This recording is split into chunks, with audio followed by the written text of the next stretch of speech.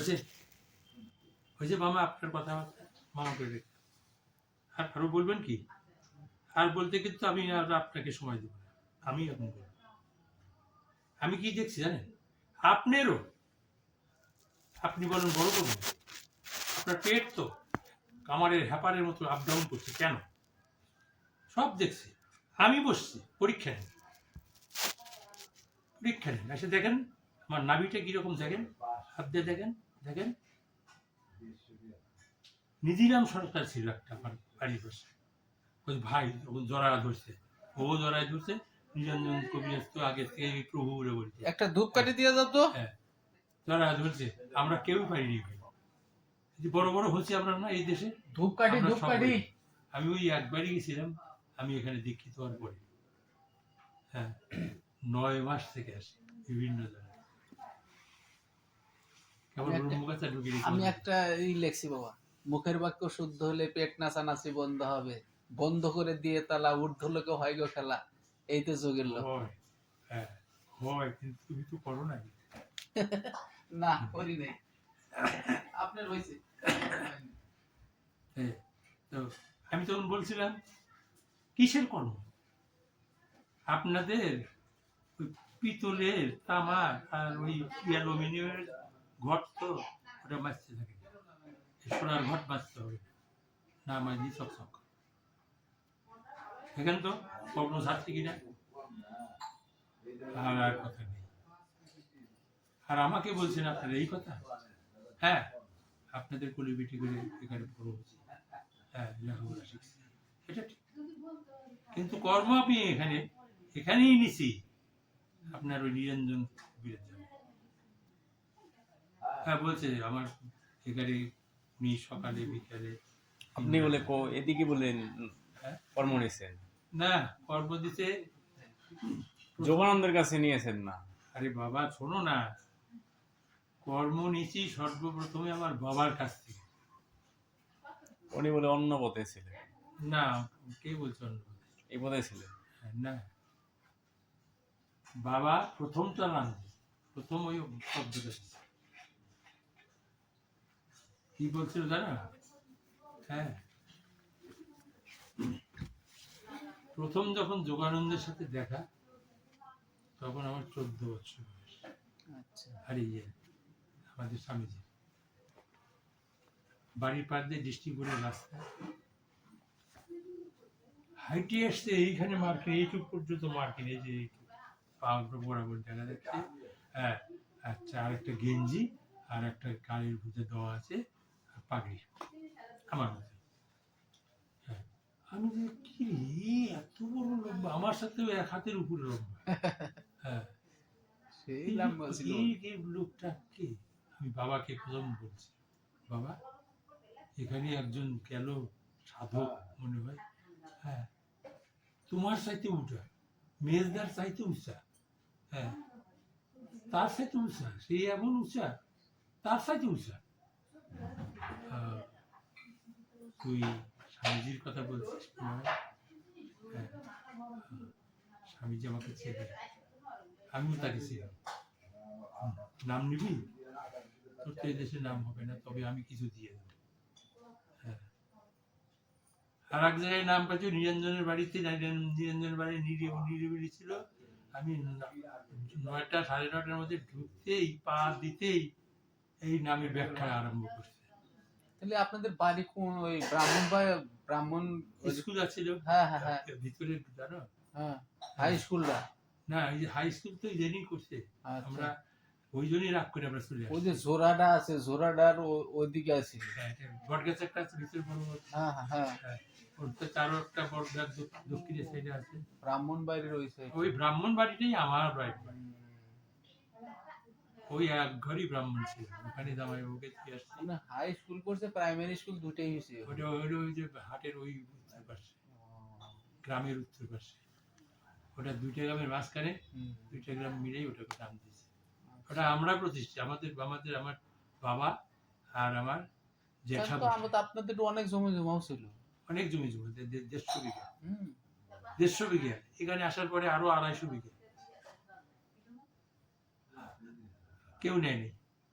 আমি বলছিলাম না আমাকে 60 লক্ষ টাকা দিয়ে, কারণ আমার ঠাকুর দাদা হলো 750 বিঘা, বুঝছো তো? আমার ঠাকুর দাদা এখনো আছে, টাঙ্গাইল গেলে পরে বাড়িটাও দেখতে পারো, জঙ্গলে ছাই। হ্যাঁ, বাবা জ্যাঠা চাকরি করছে ব্রিটিশের। হ্যাঁ, এই যে চা বাগান দেখছো না, অল ইন্ডিয়া চা বাগানের ইন্সপেক্টর ছিল আমার বাবা। হ্যাঁ, আর যেটা কি করতেন, সরকারি স্কুলে, ওই ব্রিটিশ সরকারি স্কুলে চাকরি করতেন। আমার বাবা ছিল আপনার বাবা যেটা কাকা, এরা সব 7 ভাই, আর 7 ভাইয়ের একটা বোন। এখন কি বলবো, ওই ঘরে সল ফল আমি।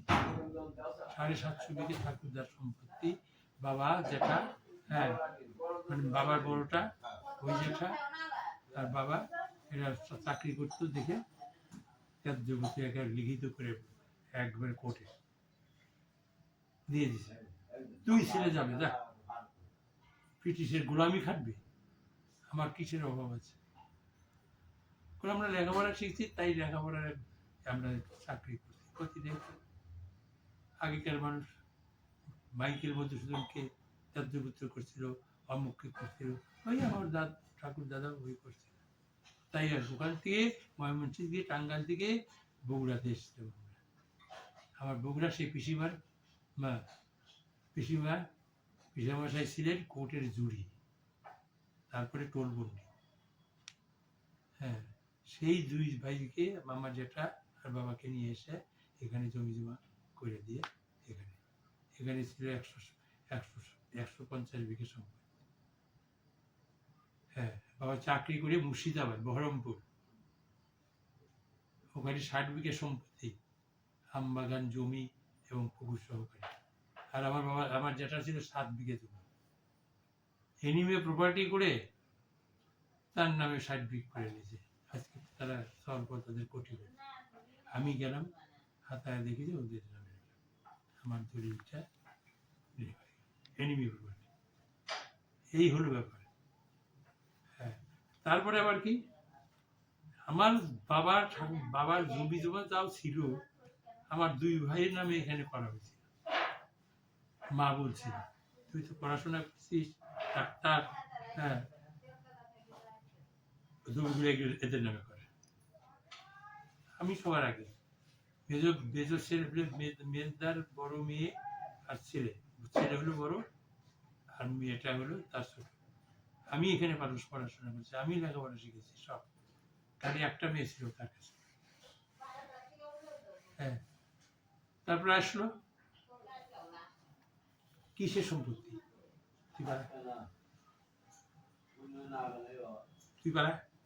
তুই আমার বংশের না, ব্যাস, বর্দা কিছু বলতো না। কারণ যোগানন্দ আমাকে ছাড়ে নাই,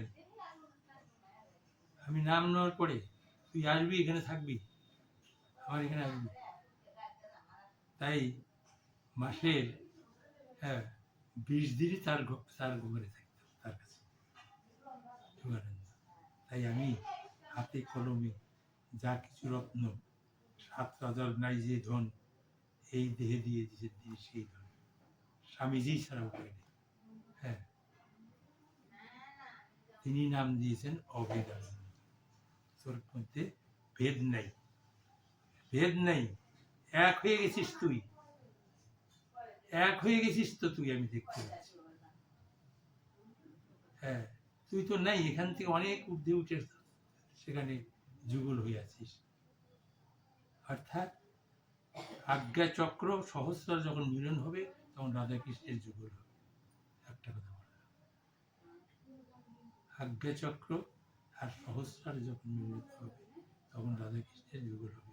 তেজস্কর এক সন্তানের জন্ম, সেই জন্মে কি হচ্ছে, হ্যাঁ ভগবান ভক্তকে থাকতে পারছে না, ভক্ত ভগবানকে থাকতে পারছে না। কি প্রেম রজ্জু দিয়ে বান্ধা, ওখানে অনবরত সেই ভক্তির সংযোগে প্রেমের উৎপত্তি হচ্ছে, মুক্তি অবসম্ভব, 14 গোষ্ঠী মুক্তি হয়ে গেছে এই দেহে।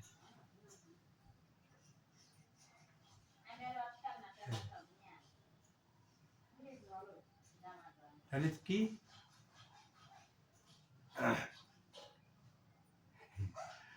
আমার ওই কিছু বললাম না, 18 জন এখানকার আমার বৈষ্ণবরা আমাকে ইয়ে বলছে, জানে, কারণ আমাকে ওই আশ্রমে গীতা পাঠ করতে দেয় না, ওরা গীতা পাঠ করতে দেয় না, না ওনাকে যে গীতা পাঠ হবে না, তাহলে আমাদের সবগুলো ভেঙে যাবে। ও একদিন গীতা যদি পাঠ করে ভেঙে, অন্ততপক্ষে আমার এখানে 40 মানে শতকরা 30 জনই অংশ হয়ে যাবে।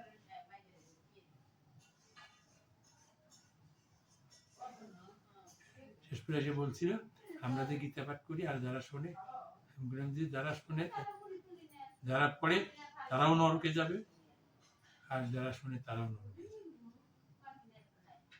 কারণ গীতা পাঠ হয় না। গীতা শব্দের অর্থ কি? গীতা শব্দের অর্থ ত্যাগী, ত্যাগী, ত্যাগী, ত্যাগী, ত্যাগী, ত্যাগী, ত্যাগী, ত্যাগী, ত্যাগী থেকে গীতা কি? কি ত্যাগ করতে হবে? ষড়রিপু। তাহলে ষড়রিপু ত্যাগ করতে গেলে কি করতে হবে আমাকে? হ্যাঁ, আমি এখানে চক্ষু নিয়ে থাকবো কেন? মনের নিয়ন্ত্রণ কর্তা এখানে, চোখটা ওখানে দেবো কেন? ওখানে চক্ষু দেওয়ার অর্থই হলো ইন্দ্রিয় চক্ষু আর থাকিবে না। চক্ষু কি হয়ে যাবে? চিন্ময় হয়ে যাবে।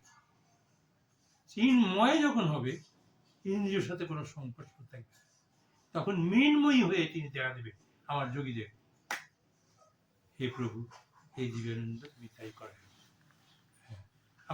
আমার কর্মীরা যদি তাই পারে হবে।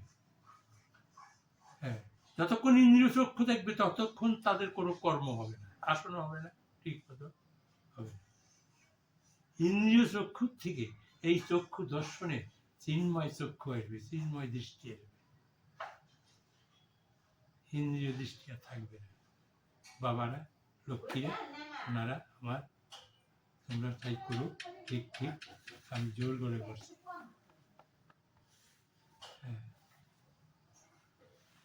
চিন্ময় দৃষ্টিতে তখন যদি থাকে, তখন কি মাটি থাকবে না, জল থাকবে না, শুধু তিনটা তত্ত্ব। কি তত্ত্ব? বোম তত্ত্ব, তেজ তত্ত্ব, বায়ু তত্ত্ব। সে বায়ু দৃষ্টি, এই যে দৃষ্টি দিচ্ছে কোথায়? ওই তিনটা তত্ত্বের উপর। কি বলছে? হ্যাঁ, আজ্ঞা কুটস্থ থেকে যখন সেই পুরুষোত্তম যোগে যাবে, তখন অক্ষর ব্রহ্মের উঠতে থেকে থেকে তারপরে কি পরমাত্মার পীঠস্থান। সে পীঠস্থান ইচ্ছা রহিত, ইচ্ছা শক্তি রহিত। ইচ্ছা শক্তি কাকে বলে বাবা? কত কাকে বলে ইন্দ্র? ইচ্ছা শক্তি কাকে বলে? ইচ্ছা রহিত ভাব। ইচ্ছা রহিত না, ইচ্ছা শক্তি, ধরো কোষে ইচ্ছা শক্তি মন। তাহলে ইচ্ছা শক্তি মন আছে, এই তারা পীঠস্থানে উঠে, তাহলে কি হবে? ইচ্ছা শক্তি রহিত, তাহলে কি হবে? ব্যামন, মন শূন্য, নিরাকার, উনিই ব্রহ্ম। তাহলে কে ব্রহ্ম হলো? মন ব্রহ্ম হয়ে গেল। আমাদের মন, শ্বাসবায়ু, প্রাণ, আত্মা আলাদা কিছু নয়। যে ইচ্ছা শক্তির প্রভাবে জলে, স্থলে, অন্তরিক্ষে একের পর এক সৃষ্টি হয়ে চলেছে আজও, তার আদি কি? তার আদি হচ্ছে শ্বাস প্রশ্বাসের চঞ্চল গতি, এই মন। ধরো কোষে ইচ্ছা শক্তি মন। হ্যাঁ, তাহলে ইচ্ছা শক্তি রহিত হয়ে যাবে ওই সেই পরমাত্মার পীঠস্থানে। কি হবে? ব্যামন হয়ে যাবে। কি হবে? মন শূন্য, মন বলতে কিছু থাকবে না, নিরাকার, তিনি তাই অখণ্ড ব্রহ্মের দিকে এসছো, তোমাকে আবার অখণ্ড দিতে হবে। মরার পরে না, জীবিত অবস্থায় যাও, তুমি ওইখানে যাই থাকবা, পৃথিবীতে সব কাজ করতে পারবা, কিন্তু ওইখানে সে থাকবে, তোমাকে ছেড়ে দিবে না। বললাম, প্রেম রজ্জু দিয়ে ঈশ্বর আর ভক্তের বাধা পড়ে গেছে, ওখানে বাধা পড়বে, ওখানে না, ওখানে তুমি যাবে, শুয়ে ঘুমাবে, তখন ওইখানে সেই ওইখানে পুরুষোত্তম স্থানে যাবে, অক্ষর ব্রহ্মে থাকে। আর পৃথিবীর কি কথা?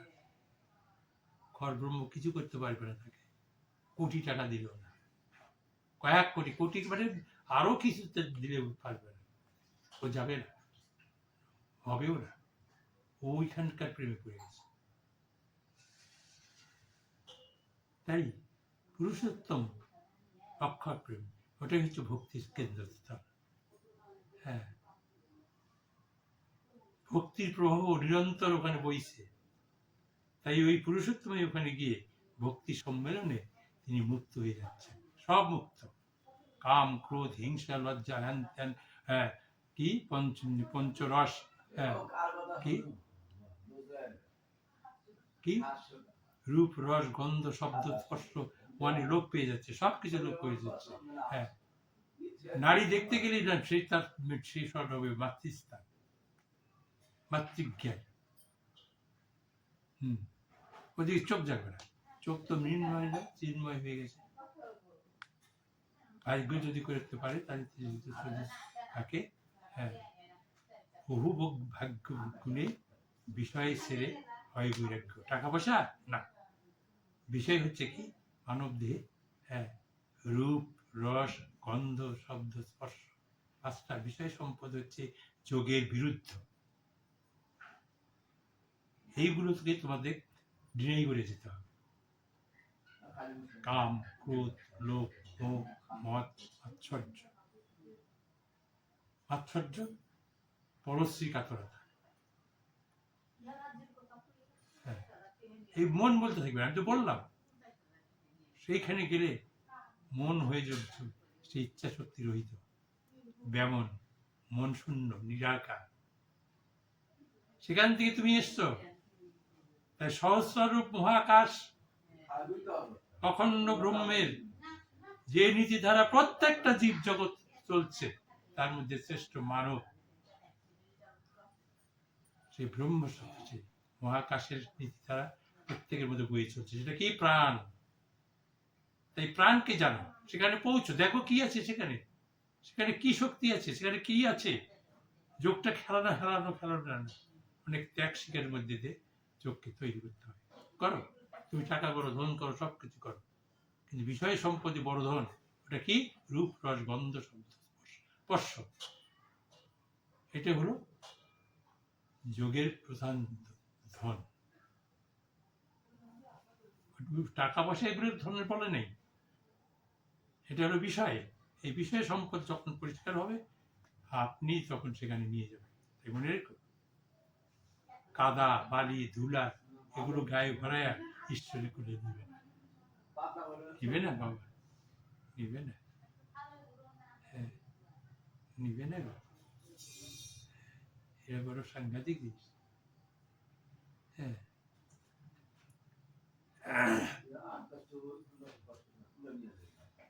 আমি যোগ করতাম না খেয়ে না দে এই কুচবিহারের মাটিতে বাড়ি। আমার ছোট গেছিল, ছোট ছেলে গেছিল, যেটারা ধান মারছে ওর বস্তা নিয়ে গেছিল, ওখান তাকে খেদা দিছে। আমি তখন আমার এই প্রাণ কর্ম সেই ঈশ্বরের প্রতি এমন অনুরাগ আসলে, হয় তুমি আমার ভিতরে বাসা বাঁধো, হয় তুমি দেখা দাও, না হয় তুমি জেগে উঠো। হ্যাঁ, আমি আমার ছেলে মেয়ে নিয়ে আলাদা চলছি। তখন হ্যাঁ, একদিন কাজ কর্মযোগ করে এসে সাইকেলে উঠছি, সাইকেলে উঠছি, আমার তো চিন্তা আছে। তার কারণ যোগানন্দ যখন দীক্ষা দিছে, মা ছিল না, মাকে রাধারানী বলে ডাকে। আমি ওখানে উত্তরায়ণ চলতো, নদী স্রোত চলছে উত্তরায়ণে, উত্তর দিকে।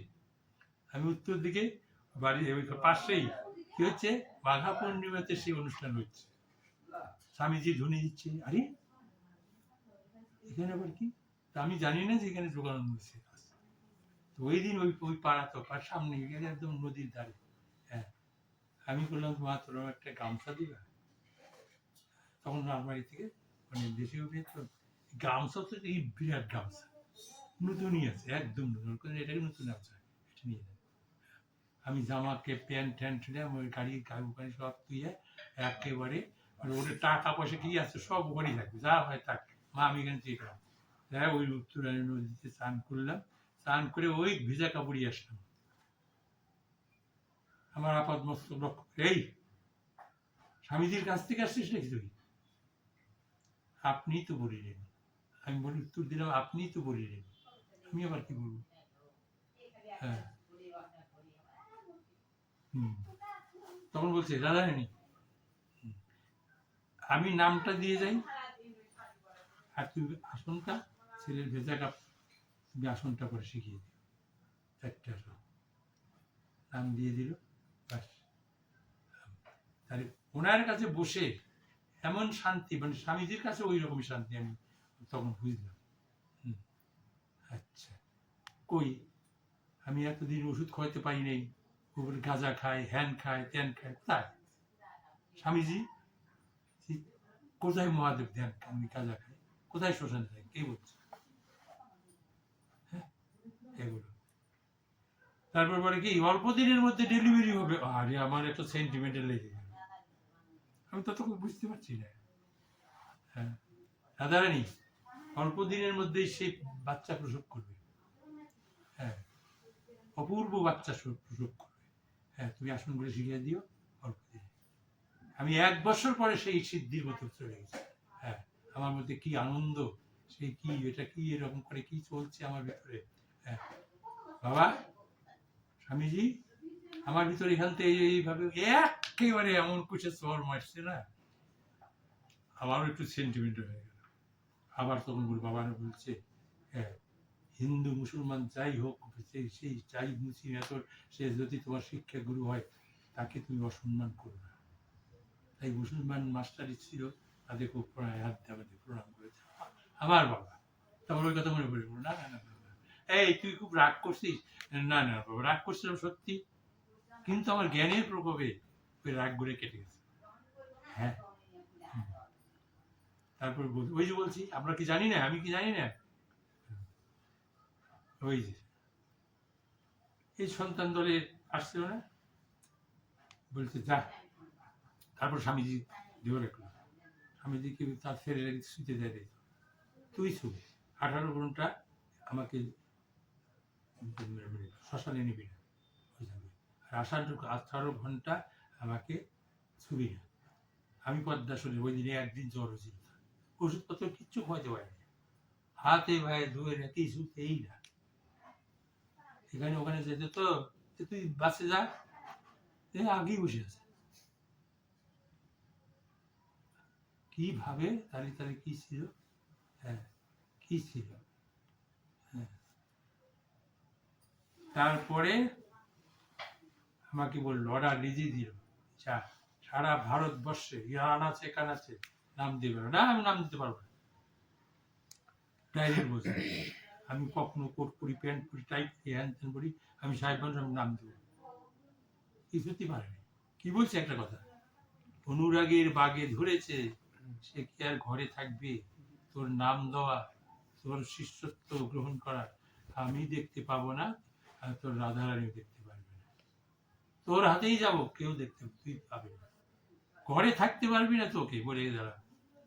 তাই ঘরে ছাড়ার আগে এই বিনয় ভৌমিকের বাড়িতে ঘরে 34-35 জনকে প্রথম নাম হিন্দুস্তানে। হিন্দুস্তান, ওই সূচনা হলো। তারপরে শিলিগুড়ি এসে এই নিরঞ্জন, তাদের তো মনে নেই কেমন করে ধরতে হবে, ছাড়তে হবে। হ্যাঁ, সে গীতা পাঠ করলো, করে খালি প্রাণের লক্ষ্য রেখে, প্রাণের তো লক্ষ্য রাখো, প্রাণের তো লক্ষ্য হয় না, কি করে হবে?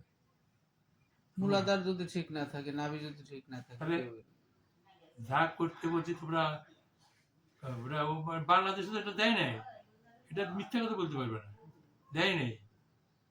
যুগানন্দতা আমাকে দিয়ে শিখেছে, একটা প্র্যাকটিক্যালে বসায় রাখেছে।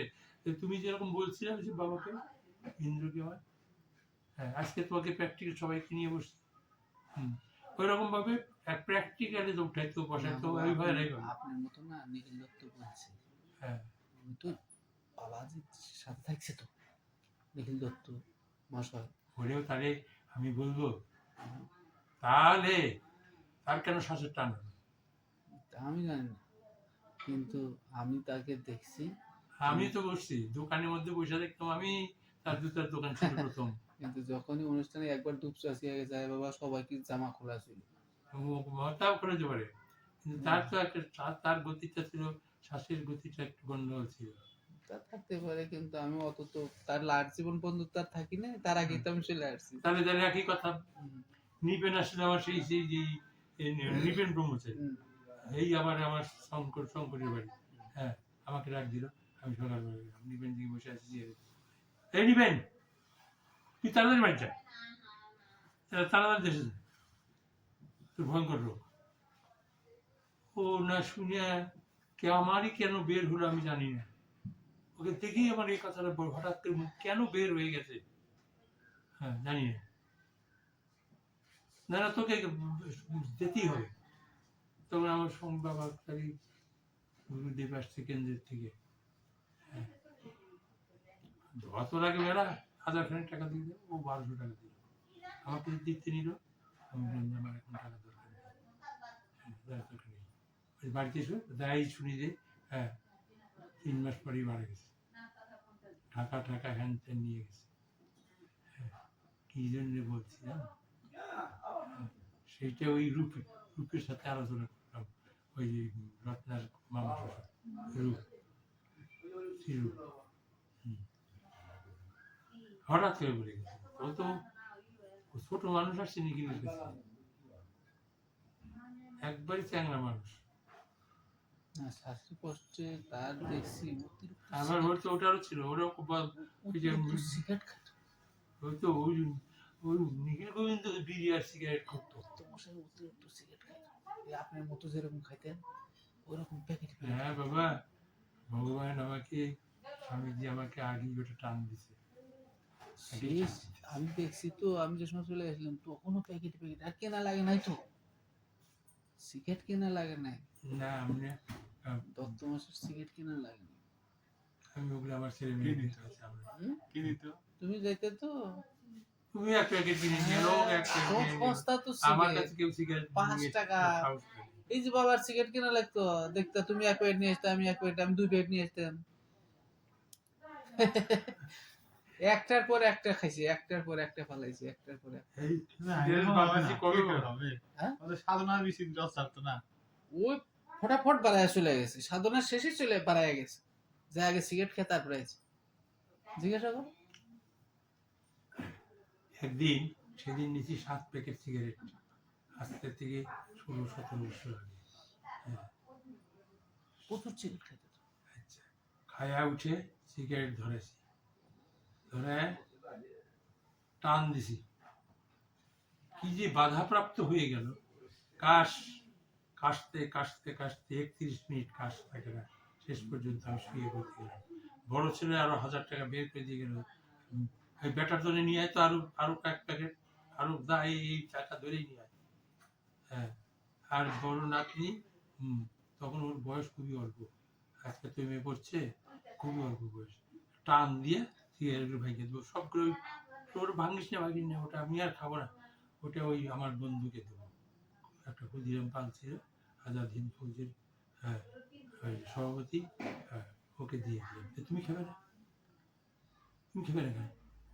না, ওই যে সিগারেটের বাবি আমার মায়ের কাছে, নাতনির কাছে, ছোট নাতনির কাছে, হ্যাঁ তুমি সিগারেট খাবে কি না খাবে আমাকে কও, তাহলে কিন্তু তোমাকে আমি মার দিতে বাধ্য, আজই মরে যেতে তুমি, তোমার সেই পূর্বের সেই হয়তো আয়ু ছিল, তাই তুমি ঘুরে আসলে। হ্যাঁ, কোনো আমি টান ধরে সিগারেট খাই না, এই যে গেছে সিগারেট, খুব ভালো আছে, খুব খুব খুব খুব ভালো আছে, নেশাই বলতে কিছু নেই। হ্যাঁ, তাতে বুঝলাম যে জিনিস আমার মধ্যে আছে সেই জিনিসে একদিন শাস্তি দিবে, এমনি তো কথা বলে, শাস্তি দিবে, ওই শাস্তি দিতে কাশতে সে 31 মিনিট আমার চোখে জল ঘেমে আমি অস্থির, আর শ্বাস নিতে পারি না, ব্যাস ওই যে ওই যে একদিন আসছে কিচ্ছু না। আমার সেই শ্বাসও টানতে হয় না, হ্যাঁ, আর কিছু কিছু হয় না, হ্যাঁ। আমার সোজা কথা অহং বলতে আর বুঝি না, জবটা কি ছিল, এখন জব আমার গিয়ে এসছে বলবো সোহং ব্রহ্ম সোহং রাম সোহং ব্রহ্ম সোহং রাম, অহং গেছে। অহং নেই। অটোমেটিক আমাকে যাবে, তোমাদের তাই বলবো, তোমরা তো পেটের ছেলে, পেটের ছেলে, রক্তের সম্পর্ক না হলে দৈব সম্পর্কে তো জন্ম দিয়েছি সবাইকে, হ্যাঁ। এই সমাজে দেয় হলো রক্ত সম্পর্ক, আর আমরা দেই দৈব সম্পর্ক।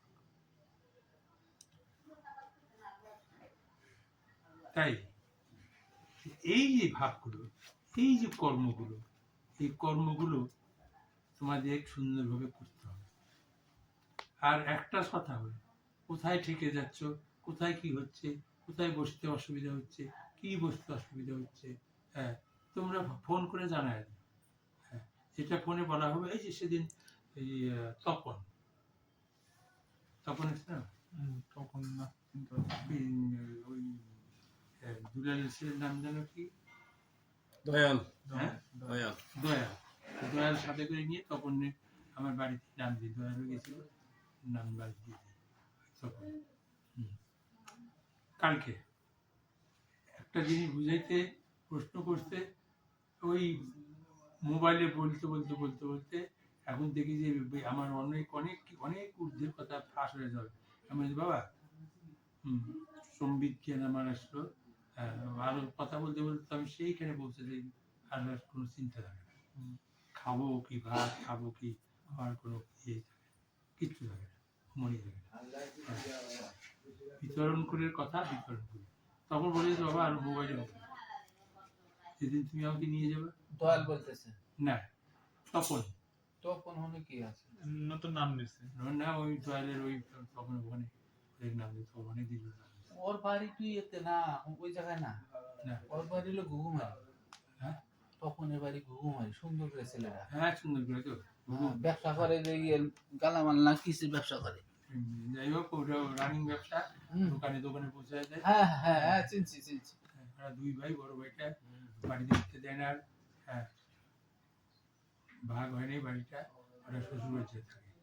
ফোন করছিল, হ্যাঁ ফোন করছিল, আজকে হলো চতুর্দশী ছেড়ে দিয়ে পূর্ণিমা লাগছে মনে হয়, হ্যাঁ কালকে ছিল ত্রয়োদশী, কালকে পূর্ণিমা লাগছে, ও রাত্রি 3টা কত মিনিটে। আজকাল রাস নাকি? হুম হ্যাঁ হয়তো আজকে রাস, রাস পূর্ণিমা রাস হবে। তাই আমাদের বাড়ির স্কুল মাঠে। হ্যাঁ, ওই তো এগুলো প্রশ্ন আসে, খালি পঞ্জিকাতে এটা এগুলো এগুলো তো পঞ্জিকার বাবার ঠেকা পড়ে গেছে, তোমরা লেখাইছো পয়সা দিচ্ছ তাই পঞ্জিকা ছাপাইছে। আমি আমার বাবার আমি আমার ওই পাখিদের বাড়িতে ওখানে ডাইরেক্টর পঞ্জিকা ছিল, আমিও আমার বাবার ছিলাম, আমার বাবা যোগী ছিলেন, সেই হিসেবে আমার বাবাকে দিয়েছিলাম। সবাই পঞ্জিকাতে দিতে পারে সবাই, পয়সা নেবে, পয়সা ওরা দিয়ে দেবে। হ্যাঁ এখানে কি পঞ্জিকা ওই রাশিয়া এটা কেমনি লেগছে, দুর্গা পূজা এমনি লেগছে, হ্যাঁ এখন আমি বলে আমি ছাড়ি না, হ্যাঁ এখন তো ব্রাহ্মণরা ক্লিন মন্ত্র বলে না, ওরা হাতে পায়ে ধরে ওটা ওটা গানতে কর্তাতে করছে, ওই 6 জন ব্রাহ্মণের সন্তান, হ্যাঁ নবদ্বীপের ভঙ্গ কুলীন ব্রাহ্মণ বংশের কুলীন বাংশন ভঙ্গ সে কি রঘুনন্দন ভট্ট বসাই, ভট্টাচার্য ভট্ট বসাই, ওরা হলো বড় বসাই, 6 বসাই, হ্যাঁ ওরা অনেক নাম দিচ্ছে না? না না ওরা ক্লিন নমক, ক্লিন রাধা কৃষ্ণাই নমক, ওরা এই নাম দেয়। তো ওরা ক্লিন মন্ত্র, ওটা হলো দুর্গা পূজা, হ্যান পূজা, ত্যান পূজা, কালী পূজার বীজ মন্ত্র। এখন কি করছে ব্রাহ্মণের সাথে যোগ সাধনে, হ্যাঁ ওরা অনুরোধ করে বলছে যে ওটা আপনারা ব্যবহার করেন না, ওটা আমরা নিশ্চিত, ওটা আমরা নিচ্ছি, আর পঞ্জিকা দেখে না, বলে আমি জানি না, না? হ্যাঁ। এই 6 কুশিয়ায় আসিয়া ব্রজে করিল বাস, রাধা কৃষ্ণের প্রেম লীলা, নিত্য প্রেম লীলা করিল প্রকাশ।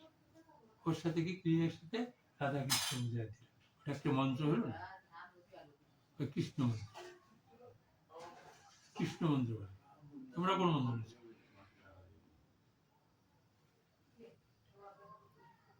কি মন্ত্র নিচ্ছিস তোরা? দিচ্ছি কি মন্ত্র দিচ্ছিস বাবা? ব্রহ্মমন্ত্র।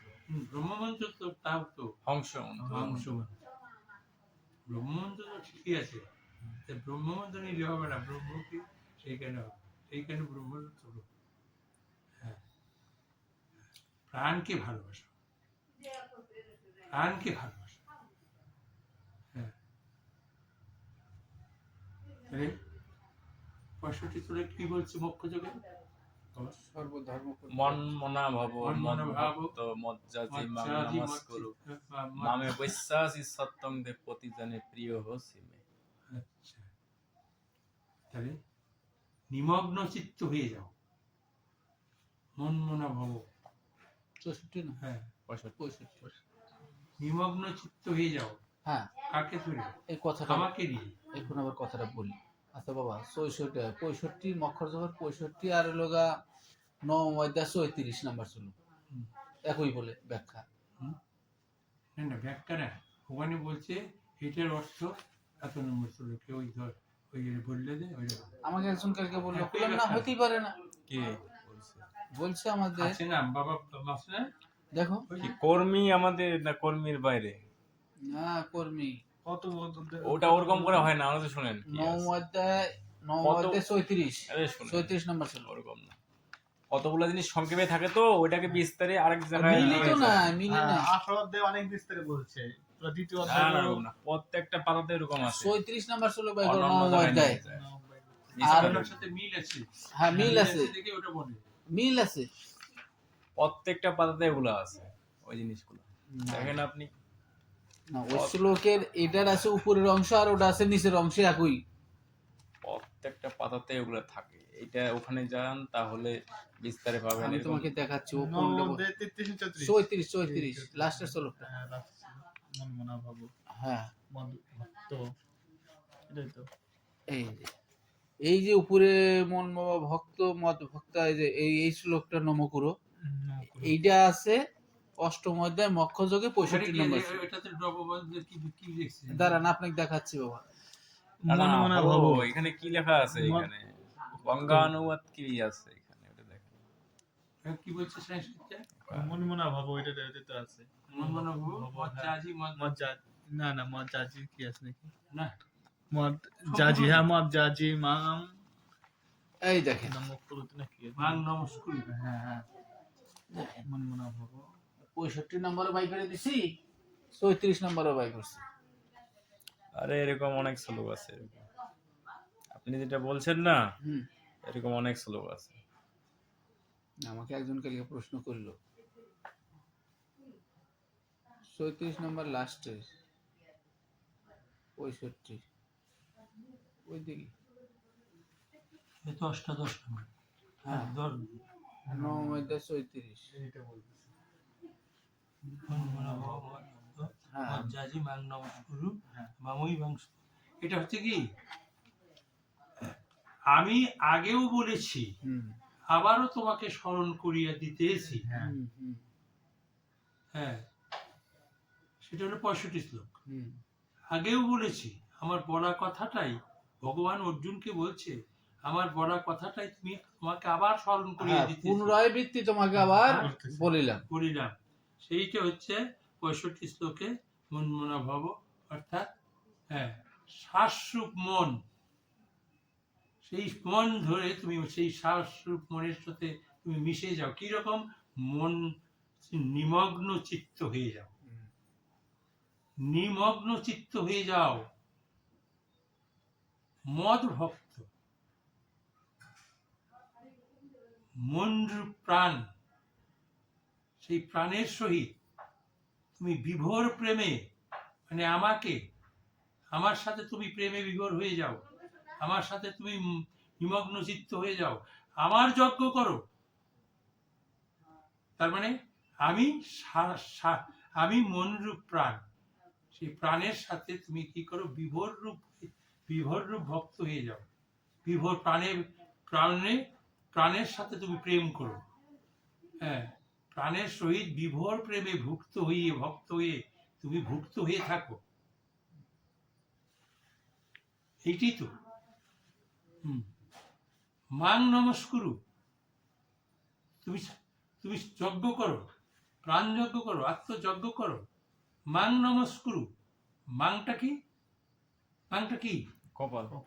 হ্যাঁ, এখানটা দিয়ে এই সর লাগায় দিয়েছিলাম, কি বন্ধুরা ওইগুলোই কয়। হ্যাঁ হ্যাঁ, আমাকে এটাকে খুঁজতে হবে। কারণ এক শব্দে তোকে গীতা শ্লোকটা বুঝাই দেবো। 7 জন আসছিল। হ্যাঁ, ওই যে ইস্কন মন্দির থেকে মাথা ভাঙা জানি, আমার পবিত্রটা মারা গেছে, পবিত্র ধরছে, হাতটা ধরছে বাবা, এরকম করবে। পবিত্রটা থাকলে আমাদের অনেক উপকার হতো। আমি হঠাৎ করে অনেক দূরে উঠে কত বয়স ছিল? না, বয়স কম ছিল। অফিসার ছিল কত? তো। 50 হুম? না বাবা, 50-এর মতো। 50 থেকে 55 যখন মারা গেছে না, 50-55। ওখানে আসছিল, মানে ওই ফ্যামিলি হ্যাঁ। মাস্টার শেপ ফ্যামিলি, তারা ওই সমস্ত ওই থিরক পাটা ভোরাট মারা হ্যান মারা তেন মারা নিবে না। আমাকে ঠিক করছে, দেখছে, গেছিলাম 3 মাস আগে। হিন্দুস্থানে অনুষ্ঠান পরিচালনা অর্ধেক টাকা ওই দিছে। সেখানে ওরা নাম দিবে ইস্কন। তো শুনছে যে ওখানে গুরু আসছে, তখন এইটা এই স্কোপাই করে যে এই যে হ্যাঁ, এটা কি, এটা কি করে এক শব্দে সারাম যাতে বাঞ্চদ গীতা পাঠ করা শিখিয়ে দেবো, বুঝিস? বাং মানে কি কথা, সংস্কৃতে বাং মানে কি, হিন্দিতে কি? হ্যাঁ, হিন্দিতে কি? হিন্দিতে আর সংস্কৃতে একই কথা। বাল মানে কি জানিস? হ্যাঁ, বললো बाल में तेल दो, बाल में बांधो, मांग में तेल दो, কপালে তেল দো। সেই কপাল 2 ভুরুর মাঝখানে ওইখানে নমস্কার করতে বলছে। কিরূপ নমস্কার? হ্যাঁ, মনকে ওখানে রেখে ওখানে নমস্কার ধর, ওটা গুরুপদ। হ্যাঁ, কি বলছে? ওঙ্কার রূপ দেহ, ওঙ্কার রূপ দেহ আমি প্রতিজ্ঞা করিয়া বলিতেছি, আমি প্রতিজ্ঞা করিয়া বলিতেছি, তুমি নররূপী, তুমি নারায়ণ। হ্যাঁ, আবার কর্ম করো, আমি আর তুমি সবাই এক হয়ে যাবে, আমি তুমি হয়ে যাবে, তুমি আমি হয়ে যাবে। শ্লোকে আছে, আছে না? আছে না? হ্যাঁ, আছে। তাহলে কি বলছে? মদ জাজি, মদ ভক্ত, হ্যাঁ, মন মনা ভাবা, শ্বাসরূপ মনের সহিত নিমগ্ন চিত্ত হয়ে যাও, নিমগ্ন চিত্ত হয়ে যাও। এই চিত্তে আর কেউ স্থান পাবে না। হইতে পারছে কেউ? 50 বছর 70 বছর তাহলে তো হয়ে যাবো, তাহলে তো তাহলে প্রস্ফুটিত হইত। নিমগ্ন চিত্ত হয়ে যাও। নির্মগ্ন যখন চিত্ত হবে, ওই যোগীর কি হবে? মুখে আজে বাজে কথা আসবে না, পরনিন্দা বরদর্শা আসবে না, গ্যারান্টি। নিমগ্ন চিত্ত, সে ছাড়া উপায় নেই। হ্যাঁ, আমার সহিত প্রেম করো। তুমি প্রেম করতে চাও, আমার সহিত করো। হ্যাঁ, আমি প্রাণ, আমি শ্বাস, আমি সেই শ্বাসরূপ প্রাণ, আমি আমার সাথে।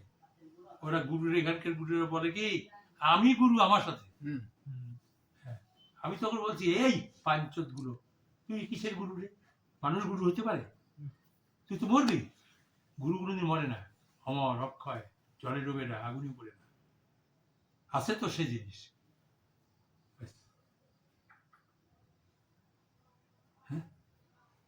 হ্যাঁ, আমার কথা হলো, নামাবলী গায়ে দিয়ে রাখছি, ঢেকে রাখছি, সামনের দিকে কাজ হবে।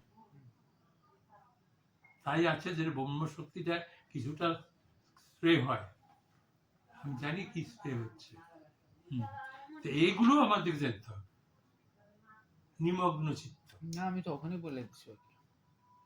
হ্যাঁ, তাই বলছে কি ওই নবম অধ্যায়, আমি আগেই বলেছি, আবার পুনরায় সেই কথাই তোমাকে বলিতেছি। অষ্টম দশ অধ্যায়। অষ্টাদশ অধ্যায় 65। আর কি 73 শ্লোকের কথা বলছি, 73 শ্লোকটা বের করতে বাবা। অষ্টাদশ এইদিকে লাস্টের দিকে। হ্যাঁ।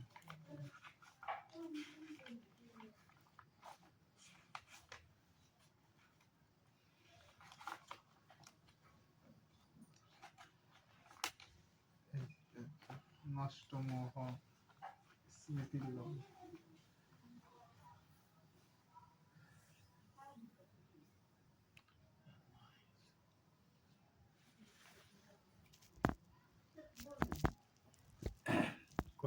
এবার ভগবান আসবে। ভগবানই লেখছে কটকে মানুষ হচ্ছে, অষ্ট ঐশ্বর্য শক্তি নিয়ে আসছে। এই যে অষ্টম স্থিতিলব্ধা অচ্যুত অচ্যুত অচ্যুত আচ্যুত। এই আচ্যুত কথার অর্থটা কি? এখানে লিখে দিত অচ্যুত, হে অচ্যুত, আমার মোহ নষ্ট হইয়াছে, তোমার তোমার কাজে আমি স্থিতি লাভ করিলাম, আমি তোমার শাসনে স্থিত হইলাম। এগুলো ঠিক বলছে যে তাহলে কি করতে হবে? হে অচ্যুত, অর্থাৎ প্রথম অধ্যায়ের 21 শ্লোকে ওই অর্থটা করা আছে। প্রথম দিকে শ্লোক, হ্যাঁ, প্রথম অধ্যায়ে 21 শ্লোক। অচ্যুত আমার নাম দিয়েছে অচ্যুতানন্দ। খুঁজে পাচ্ছি না। অচ্যুত, অচ্যুত অর্থ জানো? বলছে ওইখানে লেখা আছে, সেই ভগবান নাম দিয়ে আসবে অচ্যুতানন্দ। সিনায়ের ভয় মধ্য রতন স্থাপমি হচ্ছে তো প্রথমে আছে।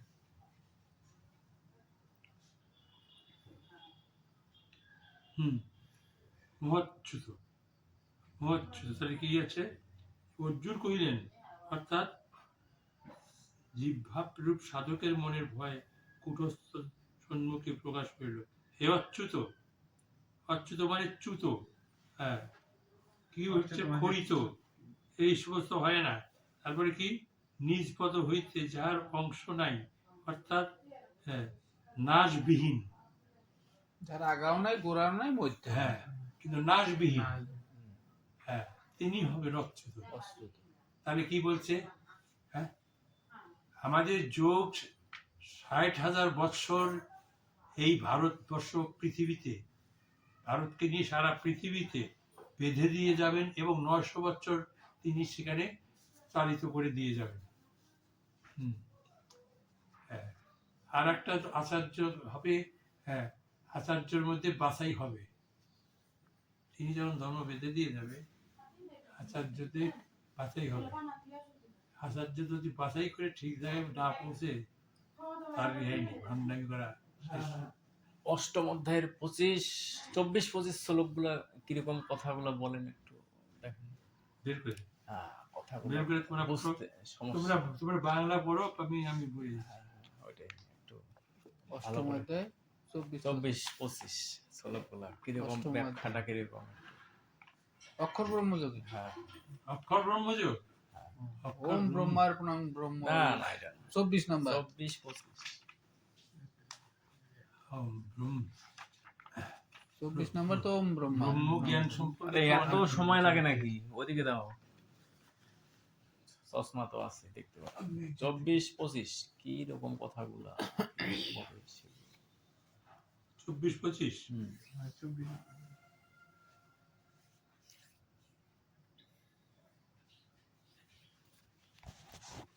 তাহলে বলছি কি, তেজের অধিষ্ঠাত্রী দেবতা, তেজের অধিষ্ঠাত্রী দেবতা, তেজরূপ কে?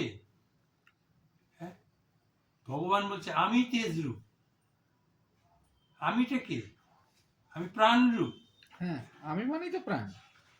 আমি মানি প্রাণ, আমি মানি আত্মা। আত্মা হচ্ছে ব্রহ্ম তেজ। সেই তেজটা হারিয়ে আছে, জীব ভাব, ভূত ভাব হয়ে আছে। যাদের নাই তারা ভূত ভাব হয়ে আছে। হ্যাঁ, তাহলে তাদের তেজ করতে গেলে এই প্রাণরূপ কর্ম করতে হবে। তাহলে কি, আমি তো কিছুক্ষণ আগেই বললাম, আমার বাস্তব দিয়ে প্রাণ কর্ম করিতে করিতে কর্মের অতীত অবস্থায় অতীত অবস্থারূপ চঞ্চল মন স্থিতি লাভ করলেই, হ্যাঁ, প্রাণের বৃহৎ অবস্থা, হ্যাঁ, সেখানে আমরা কর্ম করছি কি, অনুশীলন কর্ম করতে করতে অনুসন্ধান যখন আমার ভিতরে আরম্ভ হবে, এই অনুসন্ধান হতে সম্বিত মানে হঠাৎ করে ঘুম ভেঙে গেল, বুঝলে, তার নাম হলো সম্বিত। তাহলে অনুসন্ধানী হতে হবে, তারপরে কি হবে, সম্বিত ব্রহ্ম জ্ঞান উন্মোচন হবে। তাহলে ব্রহ্মজ্ঞান উন্মোচন হলেও তাহলে কি, সেই প্রাণের কি হলো, সেই প্রাণটা মহা তেজ। কি বলছে, হ্যাঁ, তুমি ওই আকাশে সূর্যকে কেন প্রণাম করবে? তোমার ভিতরে দ্বাদশ সূর্য উদয় আছে। এই দ্বাদশ সূর্য যখন একত্রিত হয়ে যাবে, অনন্ত কোটি সূর্যের তেজস্রশ্রী তোমার মধ্যে চলে উঠবে, তুমি মহরূপ থমকে মহরূপ ধোঁয়া তুমি অপনীত করো। এটা কে বলছে? এইখানে আগামী দিনে তিনি আসবেন, তিনি বলছেন, হে পৃথিবীর ভাই বোনেরা, তোমরা মোহরূপ তৈরি করে তোমার ভিতরে অনন্ত কোটি সূর্যের জ্যোতিস্বরূপ তোমার মধ্যে থেকে ঝরে উঠবে। তাহলে কে? প্রাণেরই জ্যোতি, প্রাণেরই রূপ। তাই মোহ থাকে, সেই মোহ তো আমাদের বিতাড়িত করতে, অপনীত করে দিতে হবে। হ্যাঁ, তাহলে সেখানে এইখানে দেখো আরো কি বলছে, হ্যাঁ, অর্থাৎ যাহা হইতে তেজাদি প্রকাশ হইয়া থাকে, প্রজাপতি আত্মা এখানে প্রজাপতির রূপ দিচ্ছে। হ্যাঁ, আত্মা প্রাণ এরই তেজ আছে। একই তেজ আছে, এর মধ্যে ব্রহ্ম আছে, এর মধ্যে সব আছে, অখণ্ড ব্রহ্ম। আমি আগেই বলছি, হ্যাঁ, সহস্রার রূপ মহাকাশে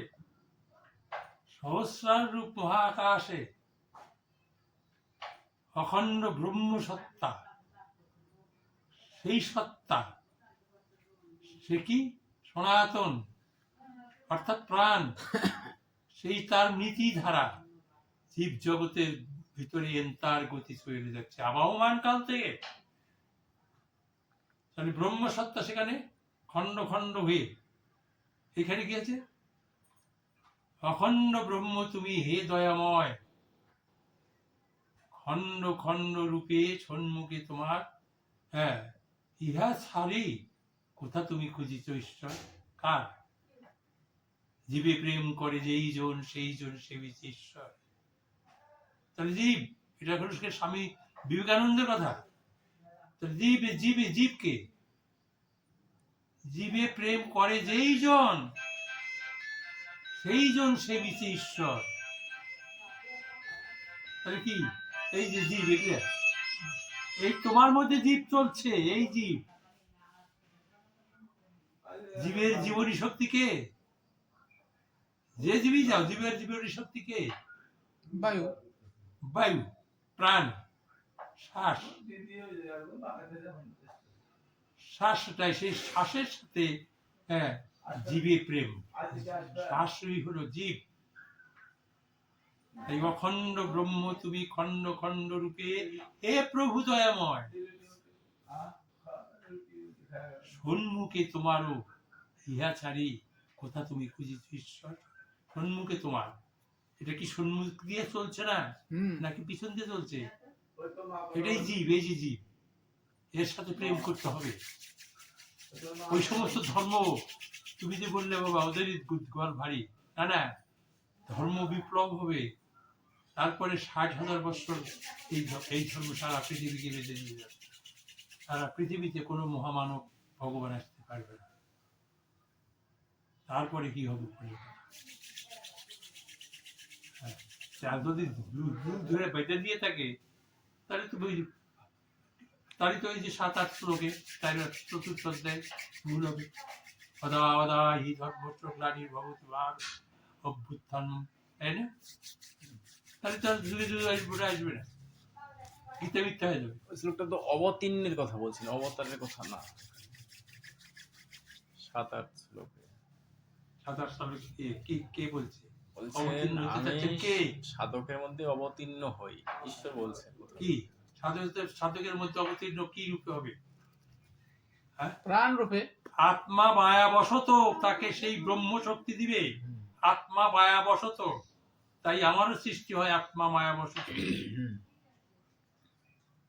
হ্যাঁ, সেই আত্মা যখন সে স্থিরে পৌঁছায় দেখতে পাবে, তখনই সে আমার সম্বন্ধে জানিতে পারবে কোনটা যুগ।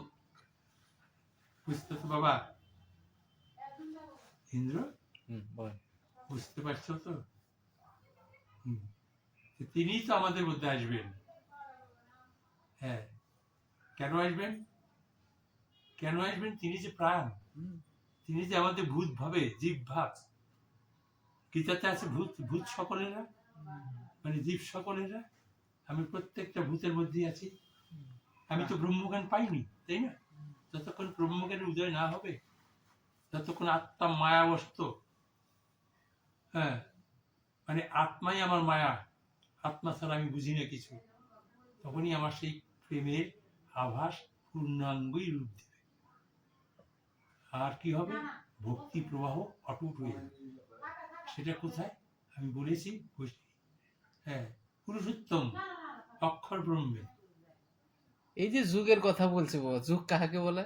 1 সেকেন্ডকেও যুগ বলা হয়। হ্যাঁ, তাই বলছে যুগে যুগে, মানে প্রতি শ্বাসে শ্বাসে সে যদি আমাদের যুক্ত হয়ে যেতে পারে, আমি তাকে রক্ষা করিব। বাবার কথা তো এটাই, আমি তাকে রক্ষা করব। শ্বাসকেও যুগ বলা হয়েছে, যতবার আসতেছে, যতবার যাইতেছে আসতেছে, তাকে যুগ বলা হয়েছে। ওই শ্লোকের মধ্যে কি আছে? হ্যাঁ, দুষ্কৃতকারী কি কি কি কি? হ্যাঁ হ্যাঁ হ্যাঁ, ওই 7 নম্বর শ্লোকেই বলছে। হ্যাঁ, না, ওটা 8 নম্বর। হ্যাঁ 8 নম্বর। 8 নম্বর। হ্যাঁ, তো 7-8 শ্লোকের কথা তো আমি বলছি। হ্যাঁ, বিনাশ করবে দুষ্কৃতি। বিনাশ হয়েছ দুষ্কৃতাম, বিনাশ হয়েছ দুষ্কৃতাম। মানুষের ক্ষমতা আছে এই সমস্ত দুষ্কৃতি করে সমস্ত করে। বিনাশ করতে পারে। তাহলে কি বিনাশ হবে আমার ভিতর থেকে? আমি করি, আমি শ্বাসরূপ, আমি শ্বাসরূপ। যিনি যোগের মাত্রা বাড়িয়ে দিতে পারছেন, হ্যাঁ, তিনি আমাকে জানেন। তার নাশ হয়ে যায়। হ্যাঁ, তিনিই জানেন। যেরকম মুনি ঋষি, ভারতবর্ষকে আজও বলে মুনি ঋষিদের দেশ, চৈতন্যের দেশ বলে না, এগুলোর দেশ বলে না, ভেড়া ছাগলের কথা বলে না, মুনি ঋষিদের দেশ, মুনি ঋষিদের দেশ। মুনি ঋষিরা যা করতে তাই। হ্যাঁ, তারা কি ভক্ত, তারা বৈষ্ণব। সেই রাজাদের, প্রত্যেকটা রাজার কাছে মুনি ঋষিরা থাকতো, তাকে জিজ্ঞেস করতো, প্রভু আমার রাজ্যে এরকম হচ্ছে কেন? তারা সাধনায় যেত, সাধনা ধ্যান ধ্যান সাধনা যেত। তোর রাজ্যের ওই মাথায় যে গিয়ে দেখ, সেখানে সেখানে সেই কর্মগুলো, ওখানে তুই মরে যা দেখে তাই হচ্ছে। বসো কেন এত? বসো। দাঁড়ান, আমি ওইদিকে রান্না রান্না কয়টা বাজে? 8টা 8:30 বাজে। তাই বাজে? 9টাই বাজে না? 9টাই বাজে না? 10টা বাজে না? এখনই খাওয়ার নিয়ে ব্যস্ত। কি জানছে বলতো? না, কি জানছে? বলো, আর কি বলবে? সারাদিন কাজ করছে না, সূর্য কাজ নারীর করছে তো। গতি প্রবাহিত হয়, তাছাড়া তো তিনি হ্যাঁ কি দিবসাভিমানী দেবতা, এগুলো ওই প্রাণের অপ্রাণী। হ্যাঁ, যত কোটি দেবতার দল, তারা কেউ আমার ছাড়া নয়। আমি প্রাণ, আমি মানে ওরা আছে না উত্তরায়ণ, উত্তরায়ণ, যদিকে যাবে যখন সেটাকে উত্তরায়ণ বলবে। উত্তরায়ণে যাওয়া সে ভাগ্যের দরকার, বললাম না? এই যে ষটচক্র, আবার আছে চন্দ্রভিমানিনী দেবতা। চন্দ্র অভিমানী দেবতা আছে, চন্দ্র নারীতে যেতে হবে, কারণ তোমাদের শিক্ষা দেওয়া হয়নি। যতক্ষণ পর্যন্ত চন্দ্র নারীর উদয় না হবে ততক্ষণ কর্মযোগে বসো না তোমরা, বলা হয়নি? ইয়া দিয়ে যখন বায়ু উঠবে, হ্যাঁ, বলছেন মনে আছে এটা। তাহলে তোমরা যদি এখনই করতে হবে, তাহলে টাইম নাক বন্ধ করে দিয়ে তুলা দিয়ে এখনই কর্ম করতে, যখন কর্ম করবে তুমি আমার সূর্য নারীকে এখন স্টপ করে দিবে, তুমি তুলাকে নিয়ে রেখে পকেটে তুলা দিয়ে বন্ধ করে দিতে, খুব বেশি যতক্ষণ কর্ম করবে তুমি নারীতে ওই চন্দ্র নারীতে করবা। চন্দ্র উদয় হবে তো, অর্ধচন্দ্র উদয় হবে। কি হবে? তুমি যদি আজ্ঞা প্রদত্ত সংস্কারের সাথে মিলিত করতে পারো, চোখ সেখানে নিয়ে যেতে হবে, চোখ নিয়ে যেতে হবে, চোখ বুঝে করলে হবে না। আচ্ছা বাবা, এই যে জীবানন্দ বাবা তো আর একটা কথা বলছে যে ইরা পিঙ্গলা দিয়ে ছেড়ে প্রবেশ করে না সুষমার দ্বারে, ভয় করো কিসের কারণ? এখানে বন্ধ হয়ে যাবে, এখানে খুলে যাবে। তাহলে সুষুম্না তো সেই মেরুদণ্ডের তল দেশে, মেরুদণ্ডে ওখানে হলো সুষুম্নার থেকেই তিনি চালনা করছেন। ভগবান আমাদের দেখছেন, আমরা পাপ পুণ্য তিনি দেখছেন না, ওখানে থেকে দেখছেন। আমরা তো বুঝি না, আমরা তো গরু, তারও অধো। সুষুম্না ওখানে, আমার ইরা নাই, কিছু নাই। অর্থাৎ কি হচ্ছে? ভগবান কোথায় আছে? মূলাধারে। কিভাবে? সুষুম্না নারীতে। সেই সুষুম্না নারী থেকে দুটো নারী ঊর্ধ্বগতিতে মেরুদণ্ডকে আড়াআড়ি পেঁচিয়ে নাসিকা পথে ইরা পিঙ্গলা হইয়া বহির্গত হইতেছে। তাহলে আমার এই চন্দ্র নারী আর সূর্য নারী যদি স্টপ হয়ে যায়, তাহলে কোথায় যাবে? সে নিচে গিয়ে ওখানে ধাক্কা দেখবে, মিশে ওখানে যাচ্ছে, তখন ও কতক্ষণ থাকবে? এর জন্যই তোমাদের ওই নাভিতে সেই কষ্ট, নাভি চিপে ধরো, নাভি, হ্যাঁ হ্যাঁ হ্যাঁ, ওই যে নাভি চিপে ধরলে তুমি তো নাভি চিপে তুমি ধরো না কষ্ট করে, তোমার শ্বাস বের হবে না। ওই জন্যই তো তোমাদের বলা হয়েছে, যেটা যোগানন্দ আমাকে শিখিয়ে দিয়েছে ভার করে, সেটা তোমাদেরকেও দেওয়া হয়েছে, তোমাদের মনে নাই, মনে থাকে না। না না, এগুলা আলোচনায় যদি আমাদের কর্মীর মধ্যে বলি না, বলে কি যে আবার এগুলা কোথায় থেকে পাই? হ্যাঁ, হয়েছে তো এরকম কাহিনী, মানে নদিয়াতে আমার পুর তো ওরা সবাই বিট্টু, বুঝলেন? যখনই আমি এই আলোচনাটা বললাম, তখনই ওরা আশ্রমের মধ্যে এসে আমার ঘের দেয়, বসে পড়ে। আপনি এগুলা কথা পাইলেন কোথায় থেকে? এরকম তো হয় না। তখন ওই যে দীনেশ রায় নাকি, দিগেন্দ্র রায়, তখন করতেছে, কাকে তুমি কি বলতেছো? ওকে এগুলো কথা বলো না, ও যা বলছে সবই ঠিকই বলছে, বুঝলেন? আর গুলা তো যে সব আমাকে চতুর মোড়া পেঁয়াজ দেয় ধরে ফেলে। বাবা, আপনি যে জায়গা থেকে কথা বলেন, কিছু বুঝি বা না বুঝি, আংশিক তো কিছু বুঝতে পারি। কেন বুঝতে পারবো? আমি তো খোলা বাংলা বলছি। ওই যে আরেকটা করলেন না, বাহিরে চন্দ্র সূর্য, তাই তো আজকাল তো এই শিখেছে গুরুরা, ওই সূর্যকে প্রণাম। আরে বাহিরে তোমার আত্মসূর্যকে তুমি প্রণাম করা হ্যাঁ। শিখো নাই, আর তুমি বাইরে সূর্যকে প্রণাম করো। তাই তো বললো, বাহিরে চন্দ্র সূর্য দুটি জোনাকি পোকা, ওই তো বাবু, হ্যাঁ, আছে তো। জ্বলিয়াছে নিভিয়াছে, তাই হেরিয়ে হাসিয়াছে খোকা। আছে জ্যোতির্ময় দেশ, সেই দেশ দেখিবে কিসে? শশাঙ্ক সূর্য লুকাইয়াছে কালিমা মাখিয়া মুখে। প্রাণবায়ু বিশ্বময় প্রবেশ করিয়াছে নাসায়, বুকে আসে উকি দেয় মহাপ্রাণ অবিনাশী। ওটা বলছে ওই কথা, ওটা হ্যাঁ। ওটা উকি দিবে না, একবারে স্টপ হয়ে যাবে। হ্যাঁ, অন্তর্দর্শন চাও অন্ত সূর্যের কাছে, অন অন্ত সূর্যের কাছে। হ্যাঁ, শ্বাসে মন দিয়ে যোগী দেখে স্বরূপ শ্বাসে। আত্মদর্শন চাও আত্মসূর্যের কাছে। হ্যাঁ, এটাই লেখা আসল মেল পয়েন্ট।